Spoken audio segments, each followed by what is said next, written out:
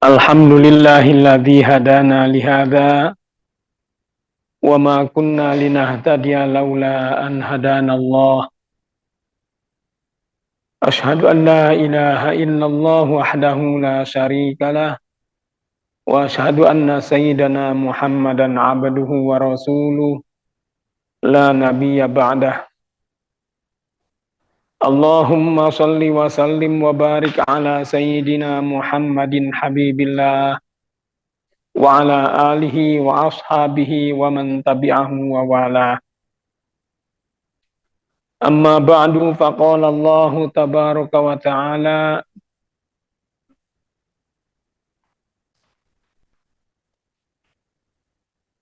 wa man yuridillahu an yahdiyahu yashrah sadrahu lil Islam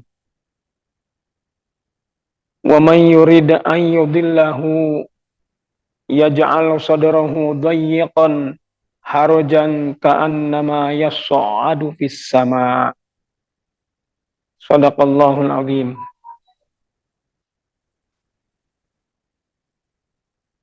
Ibu-ibu jamaah Majelis Ta'lim As-Sakinah. Betul? Nah, rahimakumullah. Nah, alhamdulillah Allah Subhanahu wa taala masih berkenan memberikan kesempatan kepada kita untuk menghirup udara segar di tahun 1445 Hijriah dan hari ini tanggal 14. Alhamdulillah, tidak terasa usia kita panjang. Nah, tidak terasa kenapa? Biasanya karena betah.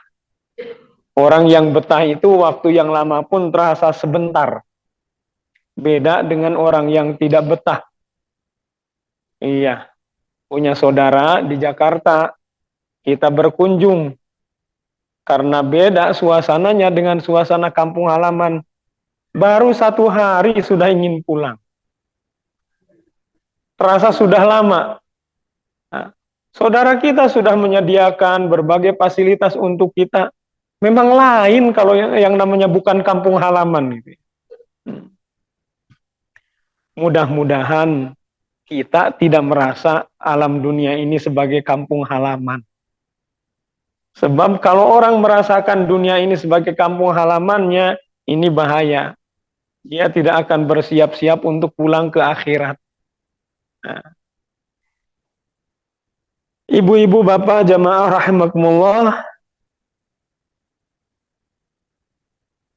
Tadi ayat yang saya baca itu informasi dari Allah bahwasanya barang siapa yang Allah kehendaki untuk dapat hidayah atau barang siapa yang oleh Allah diberi hidayah, gitulah bahasa sederhananya, bahasa mudah dipahaminya, maka Allah mudahkan dia untuk menerima Islam.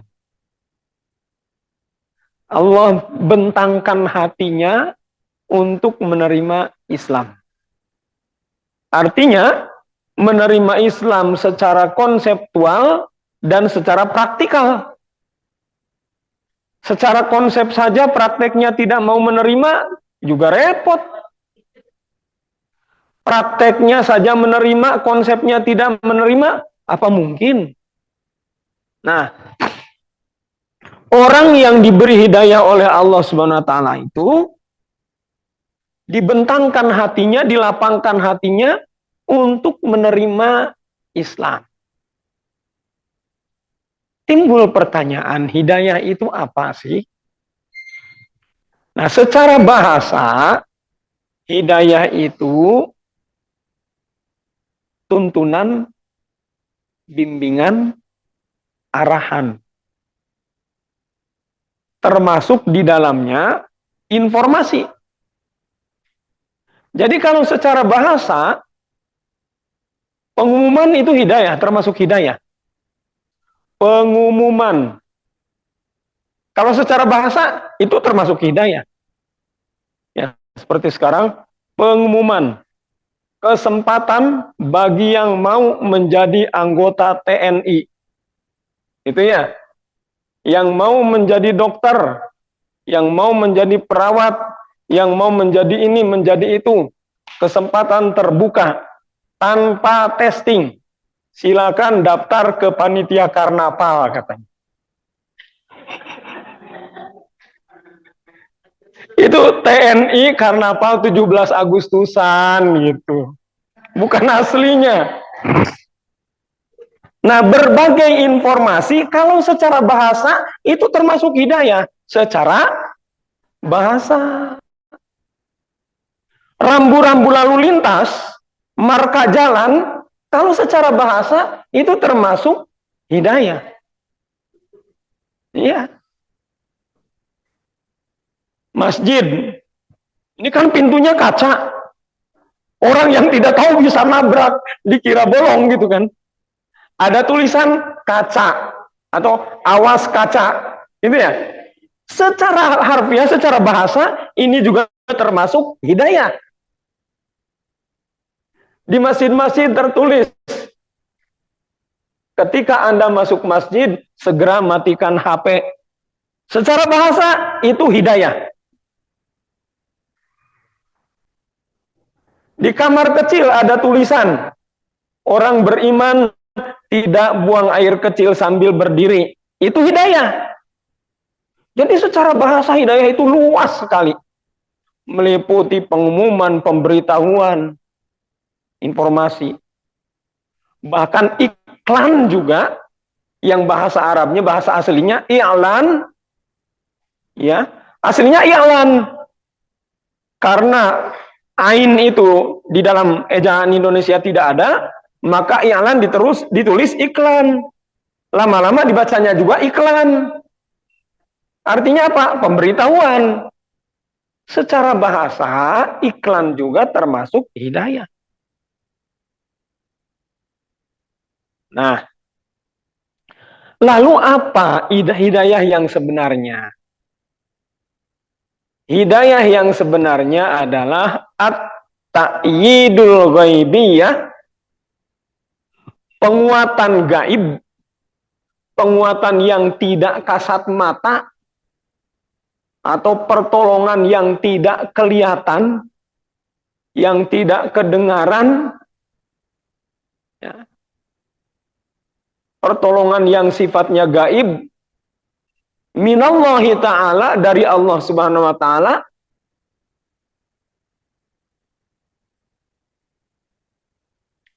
allati sahhalallahu bihi, yang dengan pertolongan tersebut Allah memudahkan kita, sahhalanallahu bihi, li-ta'atih, untuk mentaatinya. Pertolongan gaib dari Allah, yang dengan pertolongan gaib tersebut Allah memudahkan kita untuk mentaatinya. Itu hidayah. Nah, ini istilah yang tidak bisa ditawar-tawar lagi. Kalau orang mudah taat kepada Allah, tidak peduli dia itu orang pandai atau orang buta huruf, tapi mudah taat kepada Allah. Entah dia itu orang kaya atau orang miskin, taat kepada Allah. Entah dia itu orang kota atau orang kampung, taat kepada Allah. Entah dia itu laki-laki atau perempuan, entah cantik, ganteng, entah sudah tidak cantik, tidak ganteng lagi, tapi taat kepada Allah. Ya, orang seperti itu berarti dapat hidayah yang asli. Hidayah yang hakiki. Karena hidayah yang hakiki itu adalah pertolongan gaib dari Allah, yang dengan pertolongan gaib itu Allah memudahkan kita untuk taat kepadanya.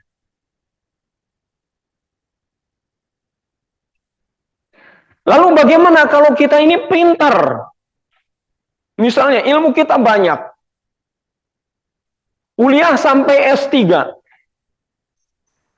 Sudah lulus S3 satu bidang. masih juga mengejar tambahan, sehingga gelar doktornya dari berbagai bidang ilmu misalnya. Tapi taat kepada Allah tidak bisa.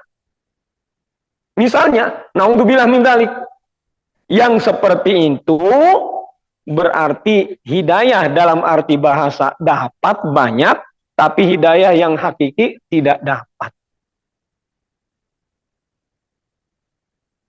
Ya, kita minta kepada Allah jangan jadi orang seperti itu. Ngeri. Nah, Rasulullah Shallallahu Alaihi Wasallam pernah bersabda, "Manizdada ilman, walam yazdad hudan, walam yazdad minallahi illa bu'dan."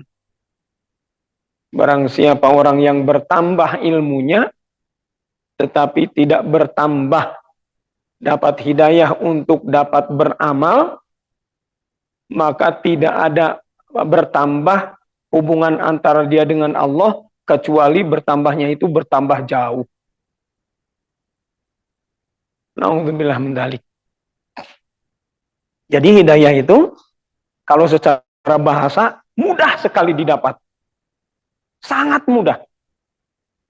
Dan di mana-mana ada. Nah, di mana-mana ada. Di HP ada hidayah. Ada. Klik tombol ini. Nah, itu hidayah secara bahasa. Iya. Ada warna biru di HP yang merupakan link, itu hidayah. Secara bahasa. Tapi ingat, yang kita inginkan bukan hanya hidayah secara bahasa, tapi hidayah secara hakiki. Yaitu apa? Penguatan atau pertolongan dari Allah yang menyebabkan kita mudah taat kepadanya.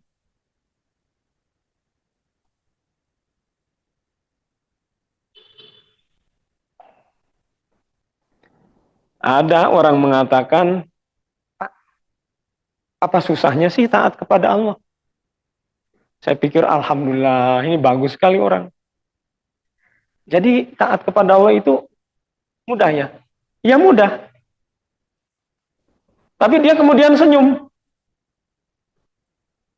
Saya tanya, kok senyum? Dalam perkara yang sesuai dengan selera tentunya Pak. Dalam hal-hal yang sesuai dengan selera. Sedangkan ketaatan kepada Allah itu mau sesuai dengan selera, mau tidak sesuai dengan selera, ini mesti taat kepada Allah.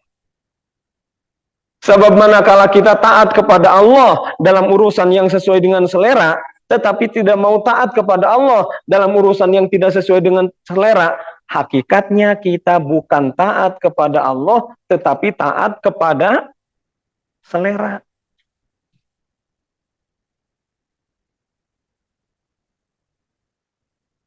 Berarti orang seperti itu bukan menyediakan dirinya untuk diatur oleh Allah, tetapi menyediakan dirinya diatur oleh selera.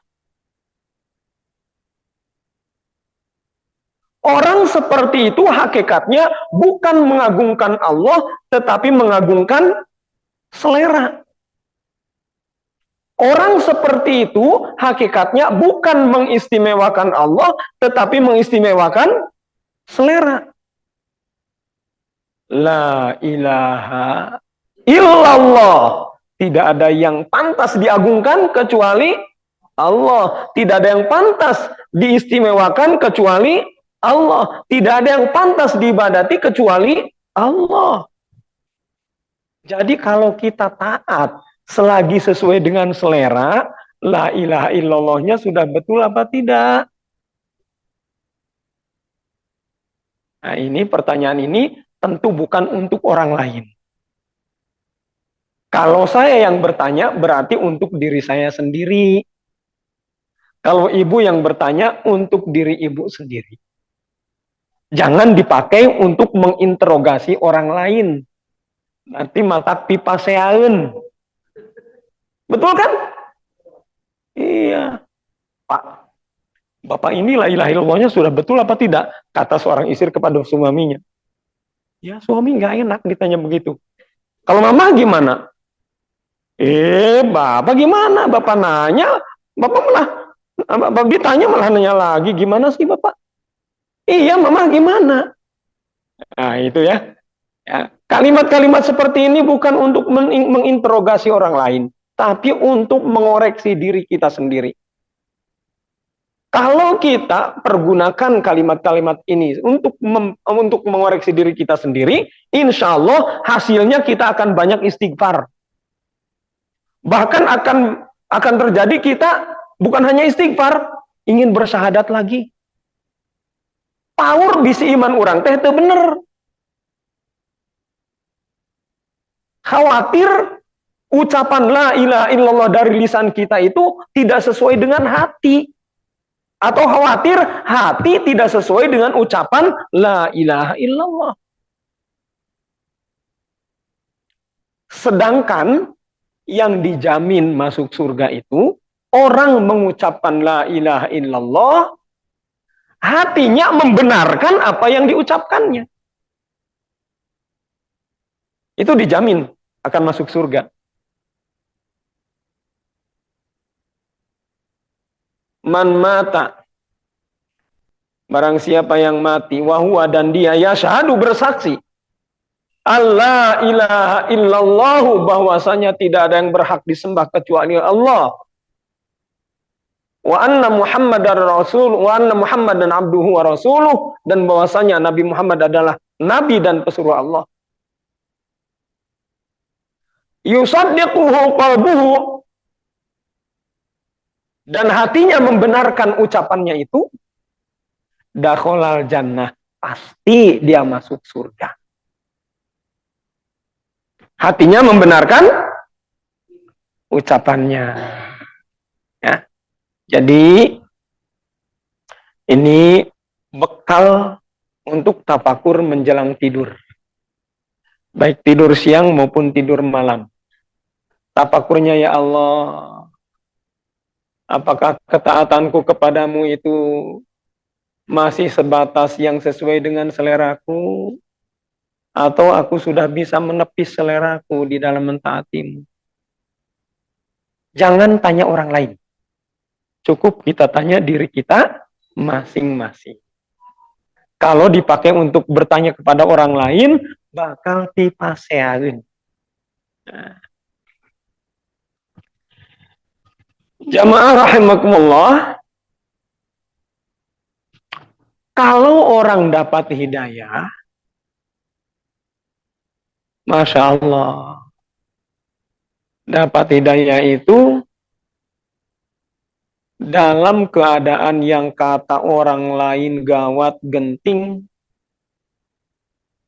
tetap bisa merasakan ketenangan, ketentraman, kedamaian. Kenapa?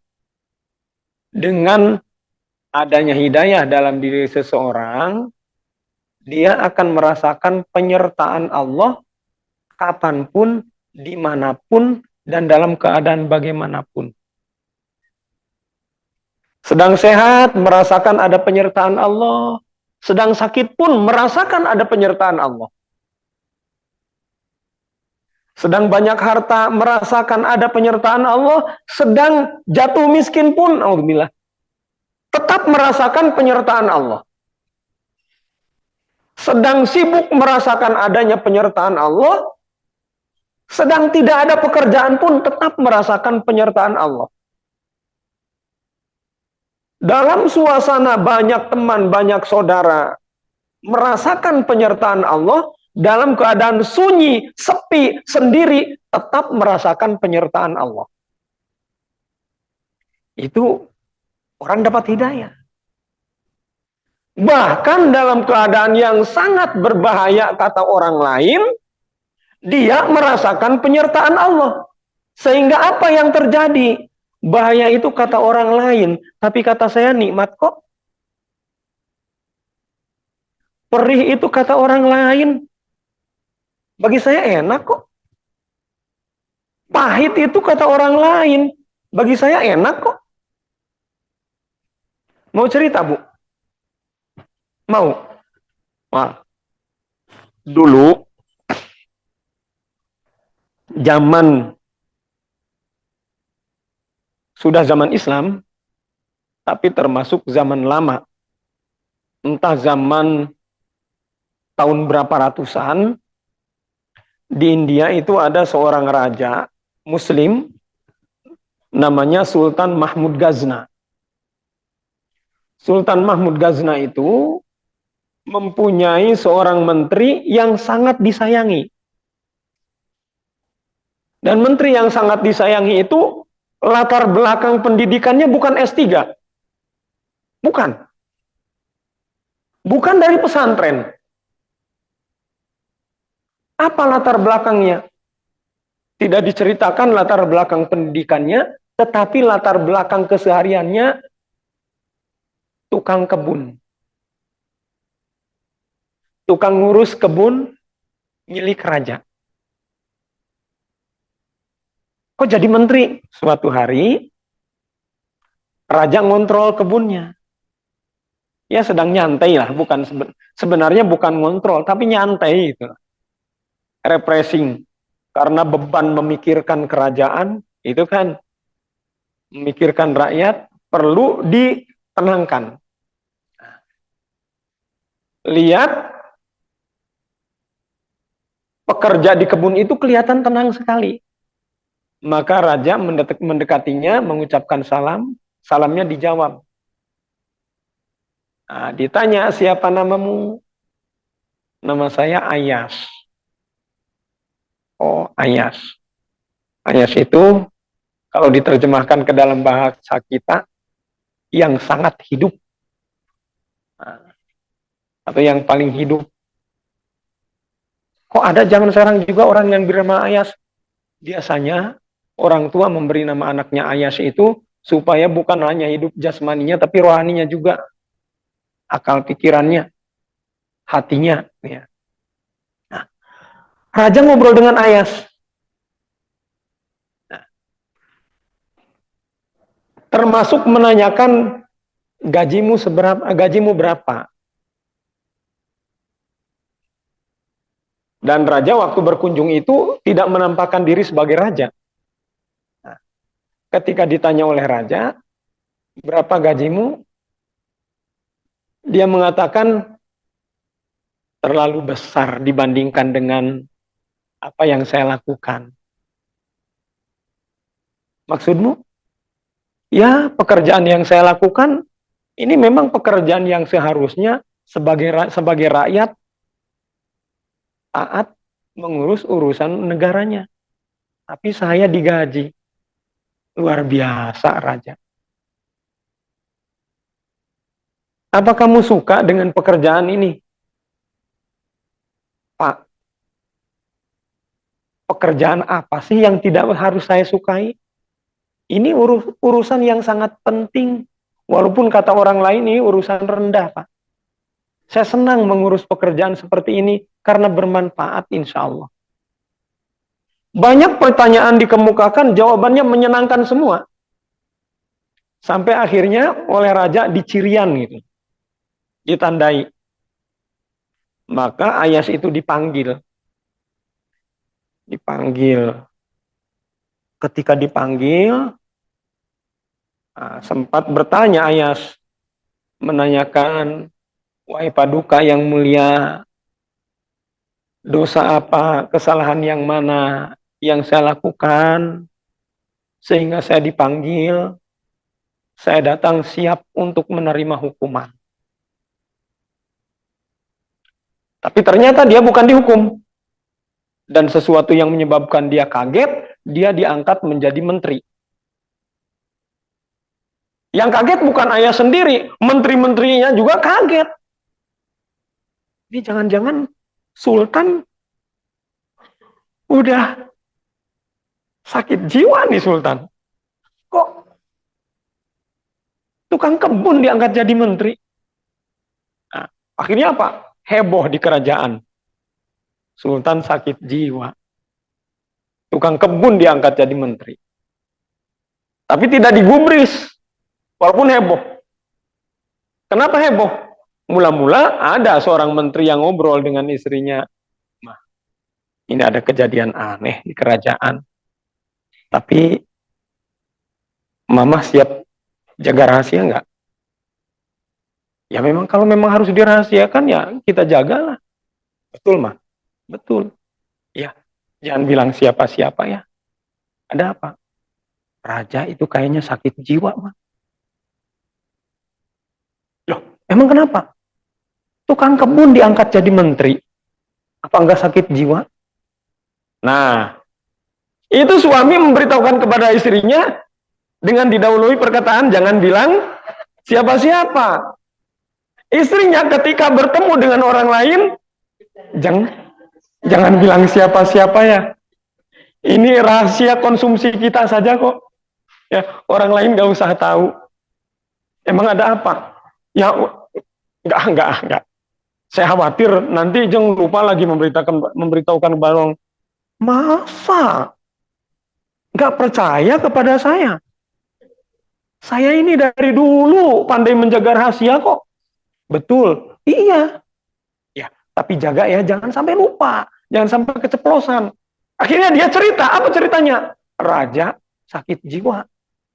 Buktinya apa? Tukang kebun dijadikan menteri.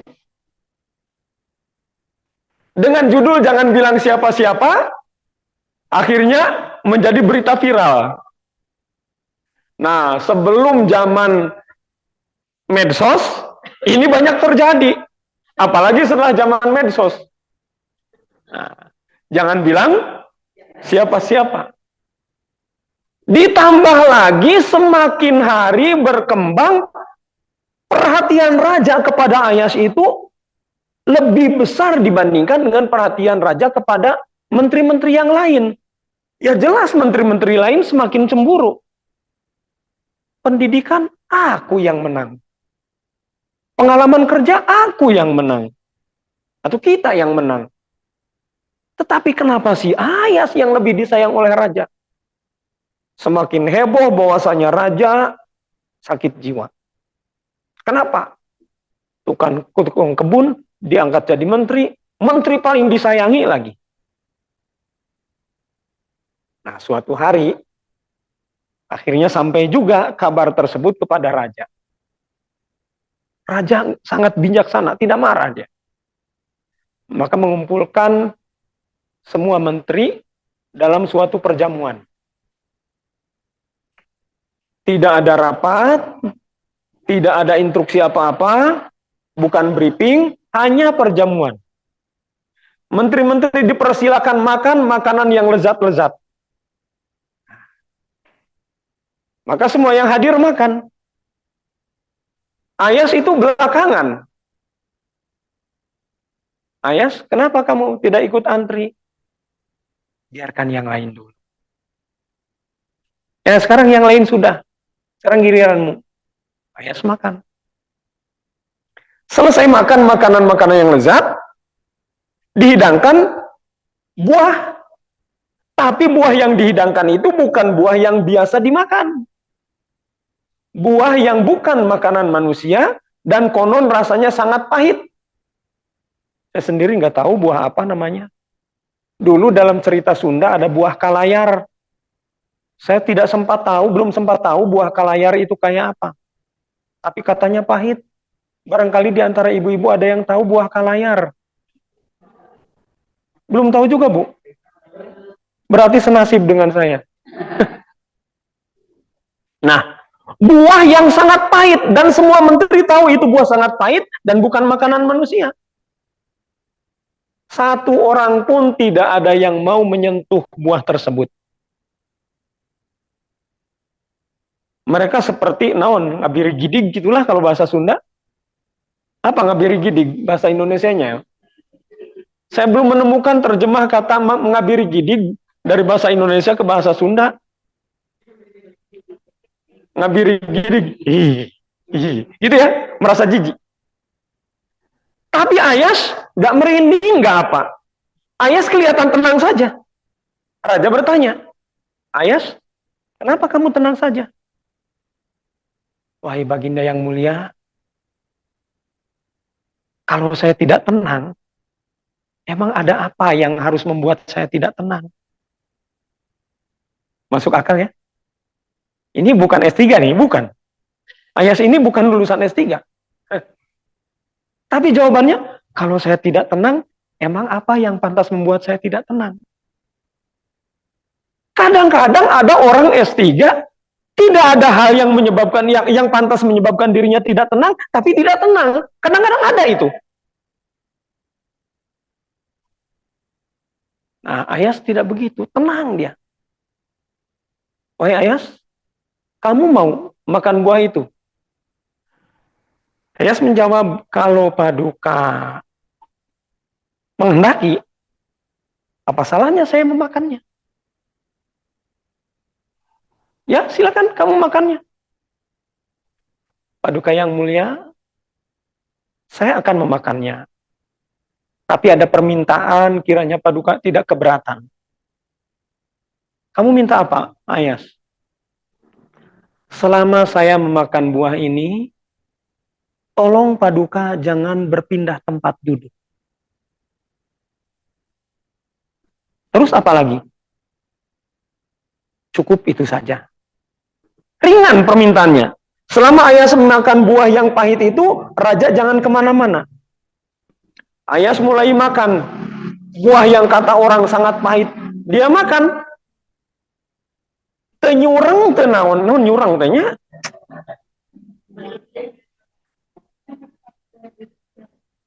Nari nyurang teh? What is the meaning of nyurang gitu?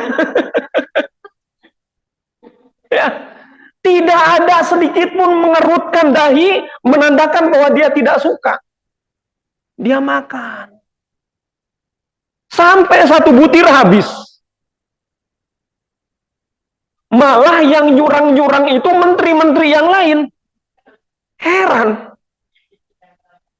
Ya jelma bisaan kawas kieu. Walain jelma ieu mah. Ketika Ayas mengambil lagi, mau makan lagi, kata Raja, sudah cukup Ayas. Ayas menyimpan lagi.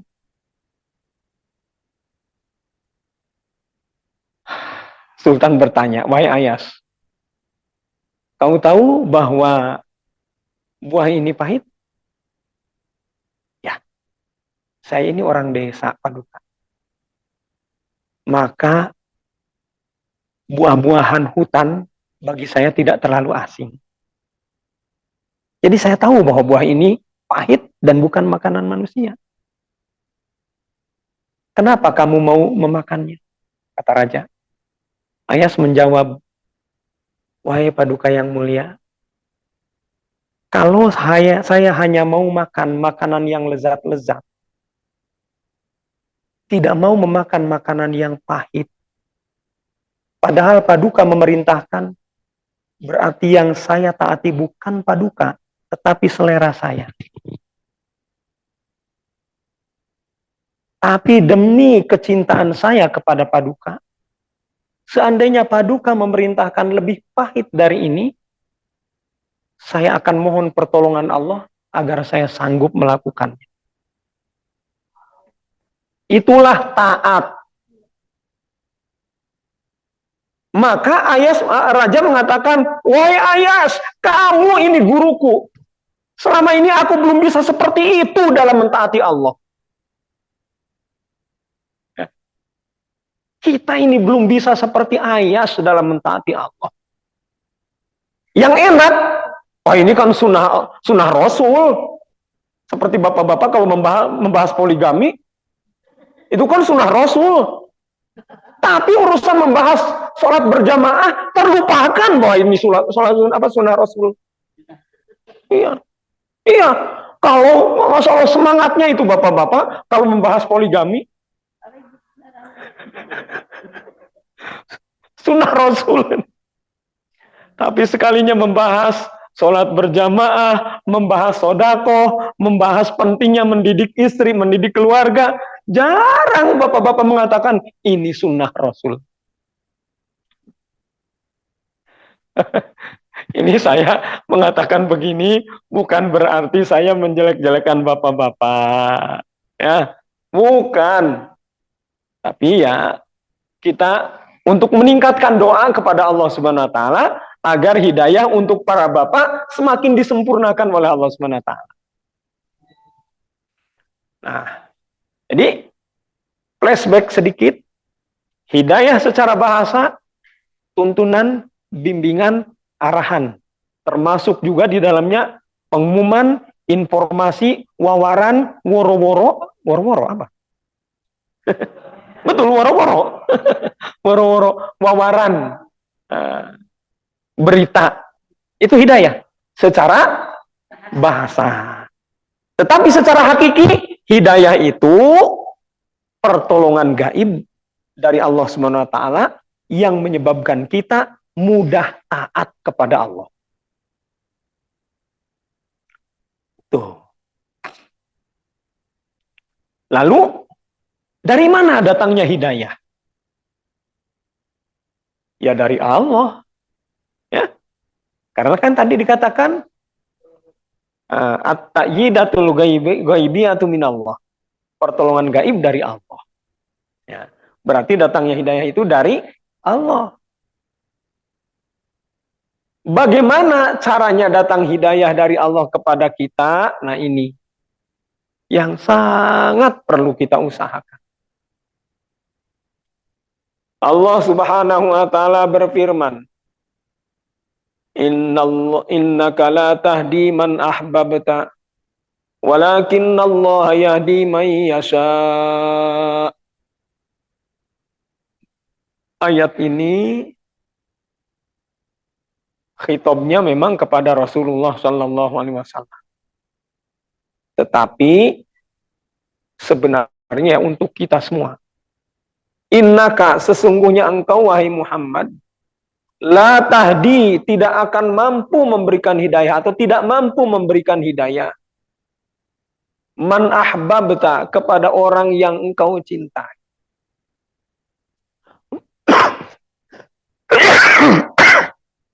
Walakinnallaha, tetapi Allah yahdi, memberikan hidayah mayyasha, kepada orang yang dia kehendaki.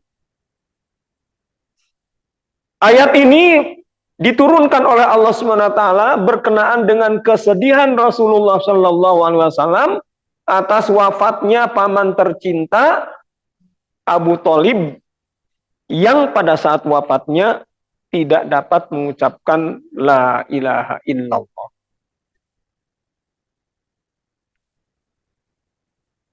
Allah menghibur Rasulullah SAW. Sudah, jangan terlalu kau pikirkan. Hidayah itu bukan milik kamu. Jadi kamu tidak bisa memberikan hidayah kepada orang yang kau cintai. Hidayah itu milik Allah, dan Allah akan memberikannya kepada orang yang Allah kehendaki. Allah memberikan hidayah kepada orang yang Allah kehendaki. Akhir ayat ini bukan senjata untuk bermalas-malasan, bukan. Punya anak, tara sholat, setelah ulah digurah-gereh, jangan banyak komen. Nanti juga kalau sudah waktunya dapat hidayah, pasti dia rajin sholat. Bukan untuk itu, bukan. Ayat ini bukan ke situ arahnya.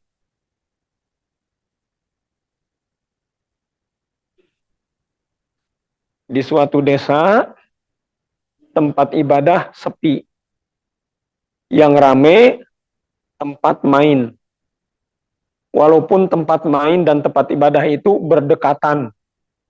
Ada tangga yang menghubungkannya juga. Ya. Nah, ada orang yang risau memikirkannya. Tapi ada yang mengatakan, geus ulah dipikiran. Da geus lamun geus wayahna mareunang hidayah mah engke ge sarolat. Teu sarolat sote memang tacan menang hidayah. Sepertinya betul kalimat itu. Tidak kuat untuk sholat karena memang belum dapat hidayah. Tapi bukan berarti geus wae teu kudu dipikiran, bukan. Harus dipikirkan dan diusahakan. Nah, hidayah itu dari Allah, milik Allah. Allah berikan kepada orang-orang yang Allah kehendaki. Lalu, kitanya harus berusaha menjadi orang yang dikehendaki oleh Allah untuk dapat hidayah. Bukan begini, aku macek Allah, Allah menghendaki saya dapat hidayah, ya saya bakal jadi orang soleh. Kalau saya gini-gini aja tidak jadi orang soleh, berarti memang Allah tidak menghendaki saya dapat hidayah. Bukan ke situ arahnya. Karena Allah memberikan hidayah itu kepada orang-orang yang Allah kehendaki, maka setiap orang harus berusaha supaya menjadi orang yang pantas dikehendaki oleh Allah dapat hidayah. Tuh. Tapi ada juga kok orang yang tidak berusaha dapat juga hidayah. Betul ada. Jangankan itu, yang lari dari hidayah, dikejar oleh hidayah ada. Yang menolak hidayah, memusuhi hidayah, tapi dikejar dengan hidayah. Sayyidina Umar radhiyallahu anhu. Sayyidina Umar justru masuk Islam itu ketika berada di puncak kekafiran. Berada di puncak permusuhannya dengan hidayah. Apa puncak permusuhannya dengan hidayah? Mau membunuh Nabi? Sejahat-jahatnya orang Kuningan, gak ada yang punya rencana mau membunuh Nabi. Karena Nabinya juga sudah tidak ada. Tapi Sayyidina Umar itu bukan hanya berpikir, tapi sudah melangkahkan kakinya, sudah mengasah pedangnya, sudah betul-betul berjalan menuju rumah Nabi, mau membunuh Nabi. Nah, orang yang seperti itu dikejar oleh hidayah dari Allah, ada. Orang yang lari menghindar dari hidayah, sampai nyebrang lautan, tapi dikejar oleh hidayah, ada. Siapa? Sayyidina Ikrimah, putra Abu Jahal. Teman-temannya pada masuk Islam. Istrinya juga masuk Islam. Tapi dia malah melarikan diri. Padahal kalau dia masuk Islam, itu selamat. Tidak akan diapa-apakan oleh Nabi. Tapi dia tidak mau masuk Islam. Sampai nyebrang lautan.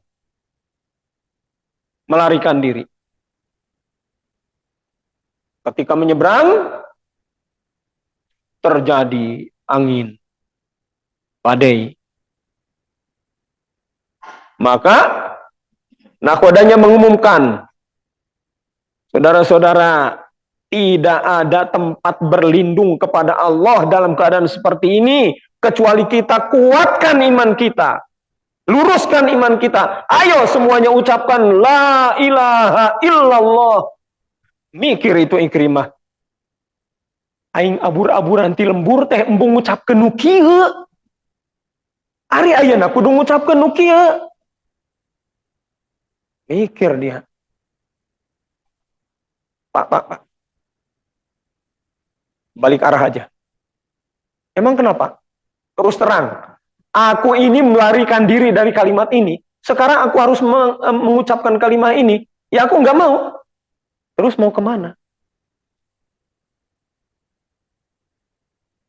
Bingung juga mau kemana ya.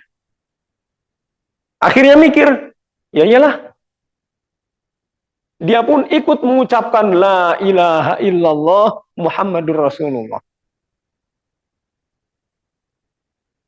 Masih juga angin kencang. Badai. Dia mikir, jangan-jangan karena ucapanku cuma di lisan, tidak disertai dengan hati. Maka dia ulang-ulang dengan lisannya, dengan hatinya. Asyhadu an la ilaha illallah. Wa asyhadu anna Muhammadar Rasulullah. Asyhadu an la ilaha illallah. Wa asyhadu anna Muhammadar Rasulullah. Asyhadu an la ilaha illallah. Wa asyhadu anna Muhammadar Rasulullah. Dengan pertolongan Allah angin reda. Badai berhenti. Maka dia semakin yakin inilah kebenaran. Maka dia pulang. Setelah pulang apa? Datang kepada istrinya, minta diantar menjumpai Rasulullah SAW. Tersenyum Rasulullah SAW. Orang lari dari hidayah pun kalau memang Allah menghendaki dikejar dengan hidayah. Cuma yang jadi persoalan kita ini termasuk orang yang dikehendaki oleh Allah atau belum. Supaya kita dapat hidayah, maka kita harus daftar kepada Allah untuk menjadi orang yang pantas mendapat hidayah dari Allah. Bersamaan dengan daftar, kita juga berusaha untuk menjadi orang yang pantas mendapat hidayah dari Allah. Daftarnya tidak usah ngisi formulir. Pasang niat baik-baik bahwa kita ini ingin taat kepada Allah SWT. Kita yakinkan bahwasanya keselamatan manusia di dunia dan di akhirat hanya di dalam taat kepada Allah. Kejayaan, kebahagiaan, kesuksesan, kemuliaan hanya ada di dalam taat kepada Allah, ikut cara Rasulullah SAW. Nah, jadi modal pertama untuk dapat hidayah itu masyiatullah. Dikehendaki oleh Allah apa tidak? Kehendak Allah. Ini yang pertama. Atau inti persoalan sampainya hidayah itu ada pada masyiatullah. Nah, kehendak Allah. Supaya dikehendaki oleh Allah, nah ada jalan-jalannya. Jalannya apa? Allah Subhanahu wa taala berfirman, wa yahdi ilaihi mayyunib. Allah memberikan hidayah kepada orang-orang yang mau kembali. Mau kembali gimana? Membersihkan diri dari dosa-dosa. Anda saya Mataram gawe dosa. Saya nggak punya dosa. Justru orang tidak merasa berdosa itu dosa. Boleh jadi dosa orang yang tidak merasa berdosa lebih besar daripada dosanya sendiri. Kenapa? Orang berdosa, merasa berdosa akan beristighfar. Tapi kalau orang merasa tidak berdosa, mana mau dia beristighfar? Sugana ini salah naon. Aing kudu minta pangampura salah naon sih aingna. Gitu. Tapi kalau orang sadar bahwa dirinya berdosa, maka dia akan banyak-banyak minta ampun kepada Allah. Habis sholat. Sholat itu kan bukan maksiat. Kok istighfar? Minta maaf kepada Allah. Biasanya yang minta maaf itu habis melakukan kesalahan. Ini habis sholat kok minta maaf kepada Allah. Ya Allah, baru seperti ini sholat yang dapat kulakukan, ya Allah. Mulutku mengucapkan Allahu Akbar, tapi hatiku belum mengagungkanmu, ya Allah. Aku mengucapkan wajhatu wajhiya lilladzi fataras samawati wal ard. Aku hadapkan wajahku kepada Zat yang menciptakan langit, bumi, dan seisinya. Tetapi Allah, hatiku masih menghadap kepada selain Engkau, ya Allah. Aku mengucapkan la syarika lahu wa bidzalika umirtu ana minal muslimin. Tidak ada sekutu bagimu. Oleh sebab itu aku siap kau perintahkan apa saja, ya Allah. Tapi ya Allah, aku masih pilih-pilih untuk taat itu, pilih yang sesuai dengan selera, ya Allah. Jadi, habis sholat istighfar. Kenapa? Sadar bahwa sholat kita ini belum sesuai dengan apa yang diminta oleh Allah.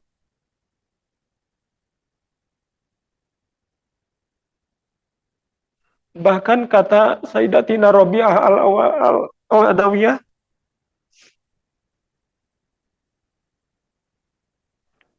istighfaruna muhtajun ilal istighfar.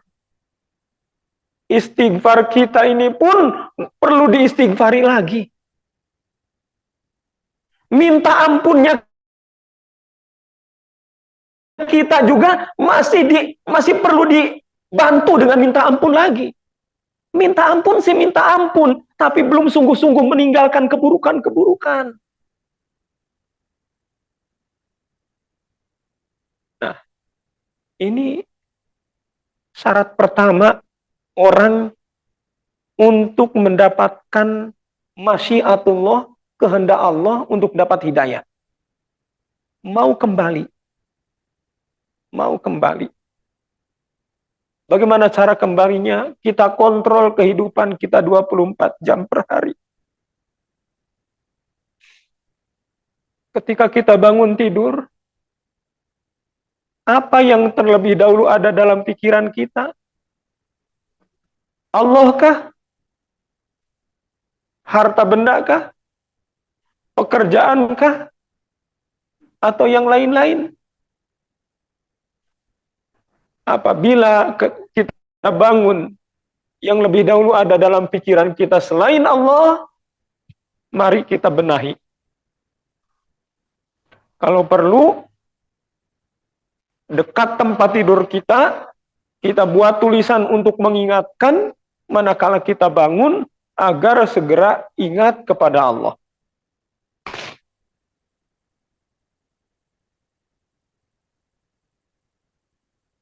Bangun dari tidur, melangkahkan kaki. Turun dari tempat tidur, melangkahkan kaki. Apakah ketika pakai sendal, kaki kanan dulu, apakah kaki kiri dulu? Astagfirullahaladzim, kok saya suka lupa. Kenapa pakai kaki kiri dulu ya? Kan mestinya kaki kanan dulu. Kalau membukanya kaki kiri dulu. Ketika melangkah, kaki yang mana dulu? Sampai sekecil-kecilnya kita renungkan, apakah ini sudah sesuai dengan tuntunan Rasulullah SAW atau belum? Kita tobati, kita usahakan kembali ke jalan Allah, maka pasti dan pasti kita termasuk orang yang dikehendaki oleh Allah.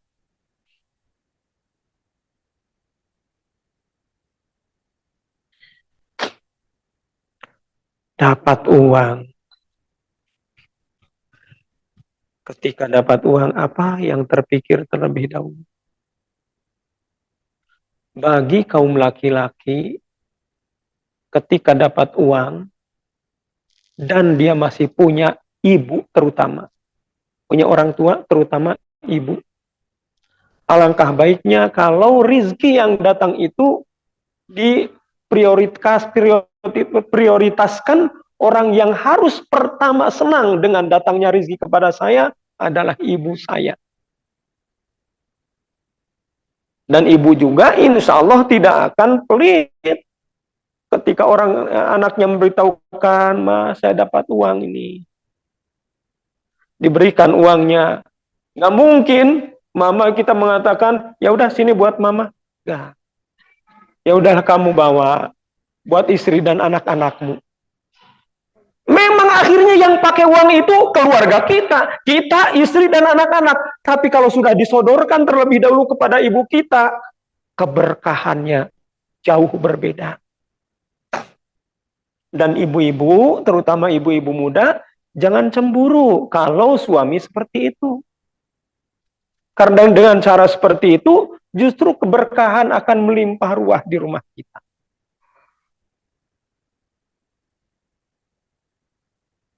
Setelah uang itu dikembalikan oleh ibu, dimusyawarahkan, suami istri musyawarah, bagaimana? Jangan lupa ya Pak ya,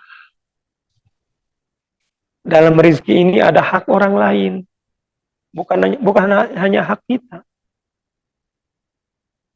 Coba kita tengok tetangga, barangkali ada yang perlu bantuan. Barangkali kakak kita, adik kita, keponakan kita, paman kita, bibi kita, ada yang perlu bantuan. Walaupun kita baru bisa memberikan sedikit, jangan lupa ya Pak ya. Insya Allah ini keberkahan Allah berikan. Dan ketentraman batin Allah berikan.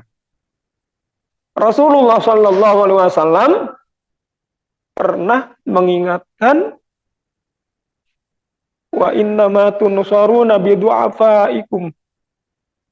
Sesungguhnya kamu mendapatkan pertolongan Allah itu semata-mata karena orang-orang lemah di sekitar kamu. Bukan karena gelar doktormu, bukan karena jabatanmu, bukan karena usahamu, tapi karena ada doa orang-orang lemah di sekitar kamu. Kita periksa kehidupan kita 24 jam per hari. Apabila kita temukan ada yang belum sesuai dengan tuntunan Rasulullah SAW, segera kembalikan. Inilah inabah, kembali kepada Allah. Dan inilah syarat untuk dapat masyiatullah, kehendak Allah untuk dapat hidayah.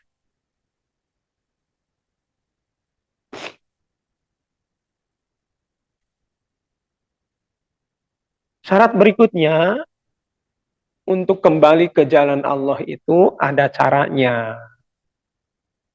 Caranya apa?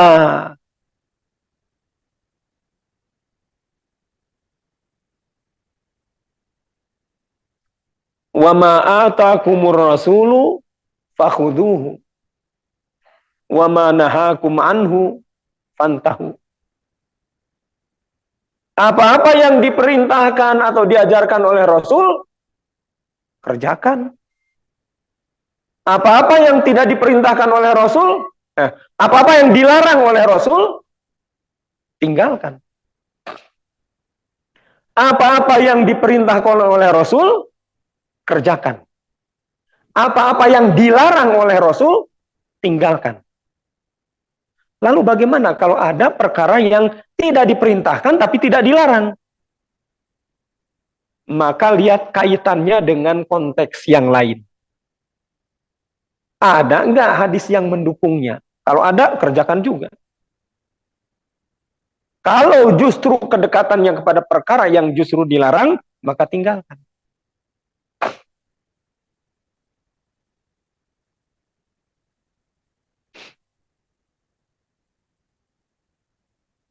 Ini majelis salim ini bulanan, mingguan? Mingguan. Maaf Ibu. Mengadakan majelis talim ibu-ibu seminggu sekali. Sampai saat ini belum pernah saya temukan hadisnya. Hadis yang mengatakan, buatlah majelis talim ibu-ibu seminggu sekali. Ada? Nggak ada. Nggak ada. Tapi, jangan lantas kita katakan, majelis talim ibu-ibu seminggu sekali bid'ah. Jangan, enak aja. Yang ada itu apa? Utlubil ilma minal mahdi ilal lahdi. Carilah ilmu sejak kamu dalam buayan sampai liang lahat. Maka kalau ada yang punya bayi dibawa, nggak apa-apa. Nah, jangan jadi alasan saya mah punya bayi nggak bisa ikut ke majelis taklim. Bawa nggak apa-apa. Ya, nah tapi kan nanti kalau bayinya harus diberi ASI, kan itu ada hijab, dipakai hijabnya. Ya, geser hijabnya, memberikan ASI di balik hijab, aman insya Allah. Itu. Jadi perintah mencari ilmu ada. Banyak bahkan, man salaka tariqan yaltamisu fihi ilman sahalallahu lahu bihi tariqan ilal jannah. Barang siapa salaka menempuh jalan. Salaka menempuh tariqan, suatu jalan. Ibu-ibu dari rumah ke sini menempuh jalan tidak? Betul. Betul, menempuh jalan. Hadisnya itu bukan barang siapa klik tombol Google, bukan. Barang siapa klik tombol televisi, bukan. Barang siapa klik URL, bukan. Tapi man salaka tariqon, barang siapa menempuh jalan. Yang kami sufihi ilman, untuk mendapatkan ilmu, sahalallahu, niscaya Allah akan memudahkan lahu baginya tariqon, jalan ilal jannah. Ini belum bicara soal pinternya nih. Baru mau menempuh jalannya. Baru dengan menempuh jalannya saja dimudahkan jalan ke surga. Jadi jangan dibilang majelis talim ibu-ibu seminggu sekali bid'ah karena Nabi tidak perintahkan. Jangan. Ya. Memang idealnya belajar agama itu tiap hari kok. Tiap hari. Ya, tapi kalau tiap hari di masjid, urusan rumah tangga terbengkalai dong. Ustadznya juga belum tentu siap hadir. Kan begitu? Nah, yang setiap harinya silakan belajar agama di rumah masing-masing. Tidak usah lama-lama. Kalau bisa 2,5 jam, 2,5 jam. Kalau belum bisa 2,5 jam, ya 1,5 jam lah. 1,5 jam belum bisa, 1 jam. 1 jam juga belum bisa, 1/2 jam. 1/2 jam belum bisa, 1/4 jam. 1/4 jam belum bisa, kacida-cida teuing. Harinya OHP sabar jam. Ya, talim di rumah, belajar agama di rumah, jangan yang sulit-sulit, yang gampang saja. Cari kitab yang sudah diterjemahkan. Dibaca bersama keluarga. Satu orang yang membaca, yang lain mendengarkan. Jangan dijelaskan. Karena kalau dijelaskan, nanti yang giliran membaca akan nolak. Mama aja yang baca, papa nggak sanggup menjelaskannya. Berarti secara tidak sadar menjatuhkan gengsi ayah di hadapan anak-anak. Jangan suka diterjemahkan. Jangan suka dijelaskan. Sudah cukup baca. Paling diakhiri dengan insya Allah kita mohon pertolongan Allah agar bisa mengamalkan dan menyampaikan lagi kepada orang lain. Mudah beres. Mudah kan? Mudah. Kitabnya yang sudah diterjemahkan. Jangan pakai kitab kuning. Kitab kuning mah untuk anak-anak di pesantren, untuk para kiai. Ya. Untuk taklim di rumah, pakailah yang sudah diterjemahkan. Supaya apa? Supaya kita mudah. Dan kalau ada tamu juga, tamu bisa ikutan. Tetangga boleh ikutan? Boleh. Ada tamu, ketika bertamu, punten, boro-boro pakai jilbab. Pakaian pun salah pakai, punya adanya yang dia pakai. Boleh nggak ikut talim? Sangat boleh. Ikut belajar agama di rumah kita orang seperti itu boleh tidak? Boleh, sangat boleh. Ya, kan dia pakaiannya kayak begitu, nggak apa-apa. Kita tidak tahu. Bisa saja orang yang pakaiannya kayak begitu, ketika mendengarkan ayat-ayat suci Al-Quran, hadis-hadis Rasulullah SAW, saat itu Allah turunkan hidayah ke dalam hatinya sehingga ingin berubah.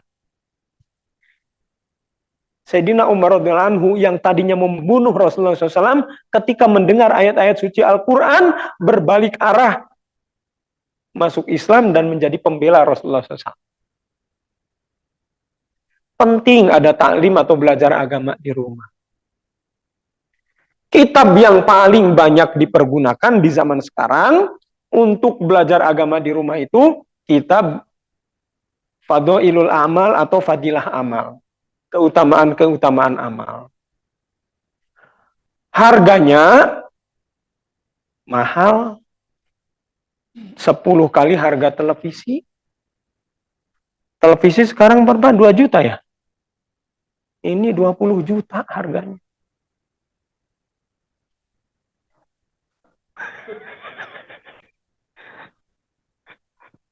Bengong ibu-ibu. Tidak bu. Harganya insya Allah kalau beli di toko tidak lebih dari 100.000.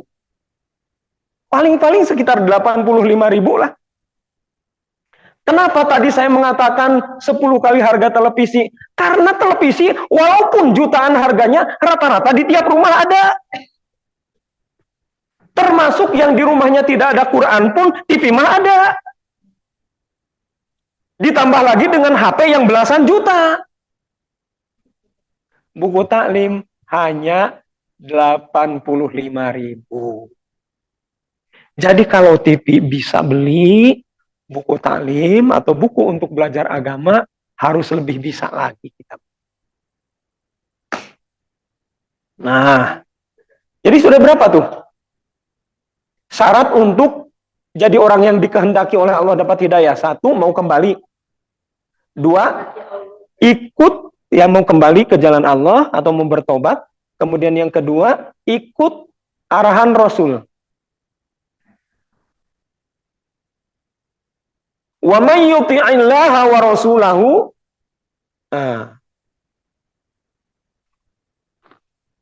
Faqad faza fawzan 'azima. Sungguh dia dapat keberuntungan.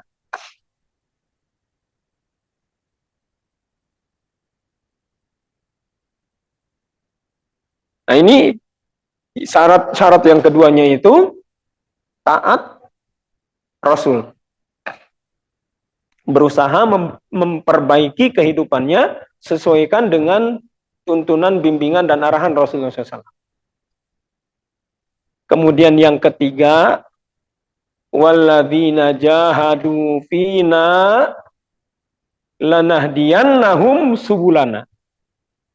Dan orang-orang yang mau bermujahadah, bersungguh-sungguh, bersusah payah dalam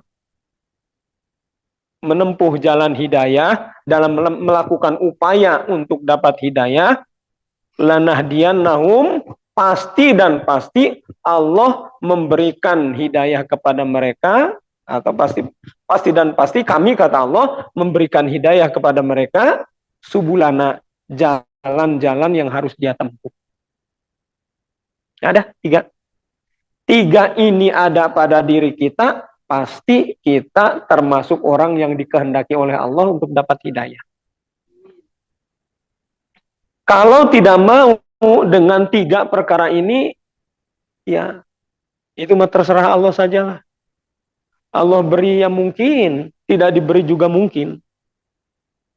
Tapi kalau kita ingin jadi orang yang dikehendaki oleh Allah SWT untuk dapat hidayah, ya kita tidak punya pilihan lain. 3 ini kita usahakan. Inabah, atau kembali ke jalan Allah. To'ah, taat. Dan yang ketiga, mujahadah, bersungguh-sungguh dan bersusah payah. Ya, ini yang dapat saya sampaikan dalam kajian pagi atau siang ini. Biasanya sampai pukul berapa, Ibu? Pukul 10. Sudah. 10 itu sampai pukul 10 termasuk ada tanya jawab enggak? Biasanya ada. Mangga. Kalau kita tambah 5 menit atau berapa menit boleh ini? Mangga, barangkali ada yang perlu ditanyakan. Mangga, Ibu. Waalaikumsalam warahmatullahi wabarakatuh.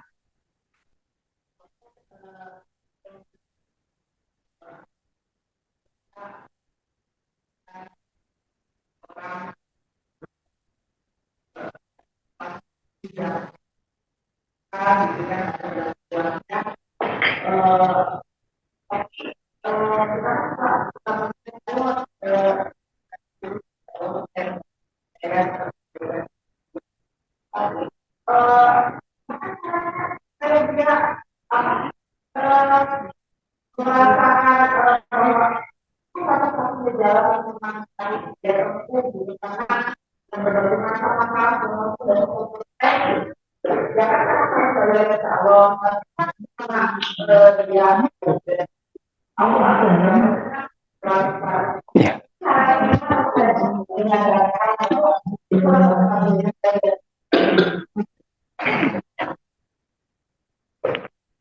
Masya Allah.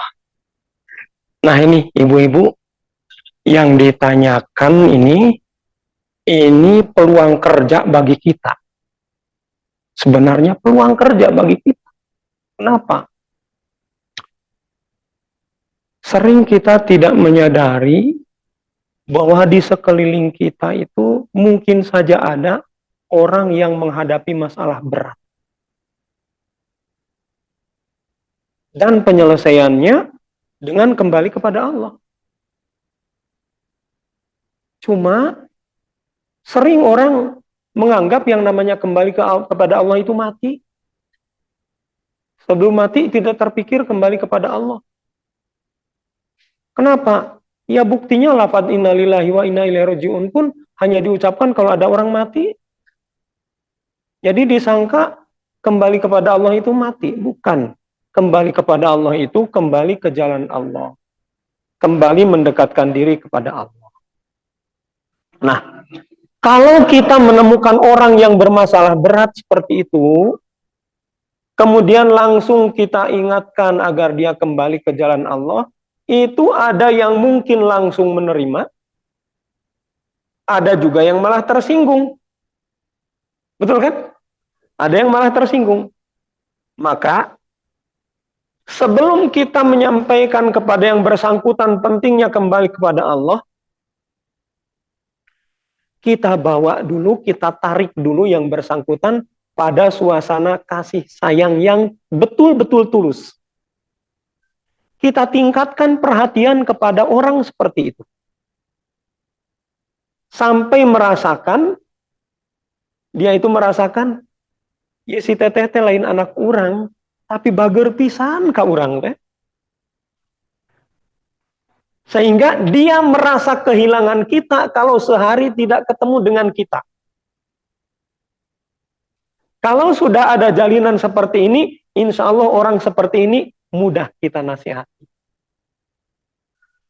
Si ibunya teh lain indung orang, tapi bager pisan ka urang teh. Orang ngumbara jauh dari orang tua juga merasa terobati dengan adanya ibu ini.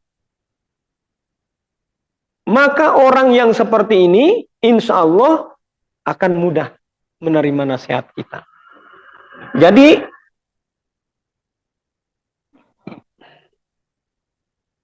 gerbang utama yang memudahkan kita menyampaikan perkara ini kepada orang-orang di sekeliling kita, kita tingkatkan keramahan, kita tingkatkan perhatian kepada mereka.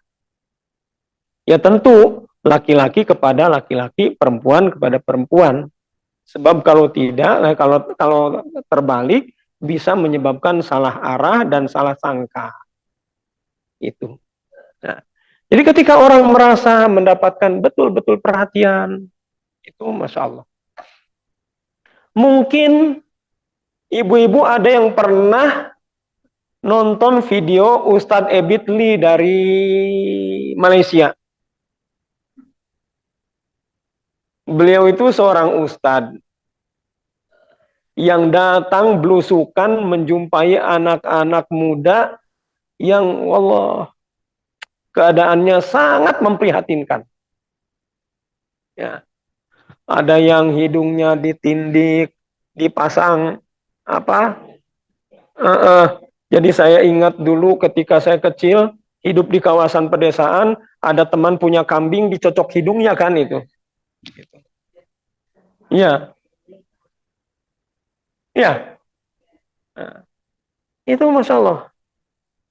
Orang, ya anak-anak yang penampilannya kayak begitu. Yang sudah nggak kenal pulang, nggak ingat pulang, sudah lupa pada orang tuanya. Mode rambutnya udah nggak apa, nggak, gitulah. Pakaiannya juga udah kayak gitu. Mungkin aromanya juga nggak tahu aroma apa.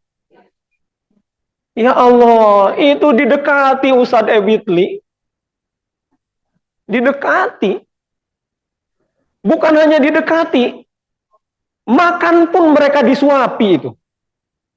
Oleh Ustadz Ebitli. Ya kalau sudah begitu ya luluh lah hatinya. Sehingga yang tadinya tidak mau sholat pun sholat. Ditanya, punya HP, punya nomor HP orang tuamu? Punya. Punya WA orang tuamu? Punya. Di video call. Orang tuanya nangis. Anaknya yang hilang sekian tahun ditemukan dalam keadaan sudah bertobat. Itu. Ya, jadi kita tingkatkan kualitas akhlak kita kepada saudara-saudara kita, perhatian kita pada saudara-saudara kita, ya. Baik saudara yang ada pertalian darah maupun yang tidak ada pertalian apa-apa dengan kita. Bisa jadi orang-orang yang seperti itu, sebelum kita bicara yuk kita sholat, dia sudah mikir duluan. Kita mikir duluan, kenapa? Iya, si ibu ini begitu baik kepada saya. Padahal dia itu ahli ibadah. Kok saya gini-gini saja? Ah, nanti kalau si ibu itu datang lagi, saya kepalang malu lah. Mau minta dibimbing saja langsung. Bisa jadi gitu. Baik, terima kasih. Itu saja dulu barangkali. Ya. Semoga Allah Subhanahu wa taala menerima majelis kita ini sebagai majelis yang pantas mendapat keriduannya. Semoga dengan keberkahan majelis ini Allah mengampuni dosa-dosa kita, kedua orang tua kita, kakek, nenek, leluhur kita, paman, bibi, pakde, bude, pale, bule, kakak, adik, anak, cucu, keturunan, sanak saudara, tetangga, teman, yang kenal maupun yang tidak kenal dengan kita. Apabila ada di antara mereka yang tadi disebutkan itu yang belum berhak didoakan untuk mendapatkan pengampunan karena belum punya kalimah la ilaha illallah Muhammadur Rasulullah, maka kita mohon agar Allah Subhanahu wa taala segera memberikan kepada mereka kalimah la ilaha illallah Muhammadur Rasulullah. Dan ketika Allah memberikan kepada mereka kalimah la ilaha illallah Muhammadur Rasulullah, kita mohon agar sampainya kalimah la ilaha illallah Muhammadur Rasulullah kepada mereka itu melalui kita. Dengan keberkahan majelis ini, apabila di antara yang tadi disebutkan ada yang sedang sakit, apapun penyakitnya, kita mohon agar Allah segera menyembuhkannya. Dengan keberkahan majelis ini, apabila di antara yang tadi disebutkan ada yang sedang punya kesulitan, punya masalah, apapun kesulitannya, apapun masalahnya, kita mohon agar Allah Subhanahu wa taala segera mengeluarkannya dari kesulitannya, dari masalahnya. Dengan keberkahan majelis ini, kita mohon apabila ada di antara yang tadi disebutkan yang sedang menunggu-nunggu jodoh, semoga Allah segera memberikan jodoh yang terbaik, termasuk untuk anak cucunya. Dengan keberkahan majelis ini, apabila di antara yang tadi disebutkan ada yang sedang dililit utang, kita mohon agar Allah segera memudahkan melunasinya. Dengan keberkahan majelis ini, apabila ada di antara yang tadi disebutkan sedang berusaha mengejar cita-citanya, semoga Allah mudahkan untuk mencapainya. Dengan keberkahan majelis ini, siapapun di antara yang tadi disebutkan, apabila sedang mempunyai hajat atau kebutuhan, baik urusan dunia maupun urusan akhirat, semoga dimudahkan oleh Allah Subhanahu wa taala untuk mendapatkannya. Taqabbal du'aana ya Rabbana, ya Rabbana, ya Rabbana. Bijahi Sayyidina Muhammadin sallallahu alaihi wasallam wa juhdihi wa bibarakatil Fatihah. Bismillah. Alhamdulillah. Iya, alhamdulillah. Suratul ladzina an'amta 'alaihim. Subhanallah wa bihamdihi. Subhanakallahumma wa bihamdika asyhadu an la ilaha illa anta astaghfiruka wa atubu ilaik. Wassalamualaikum warahmatullahi wabarakatuh.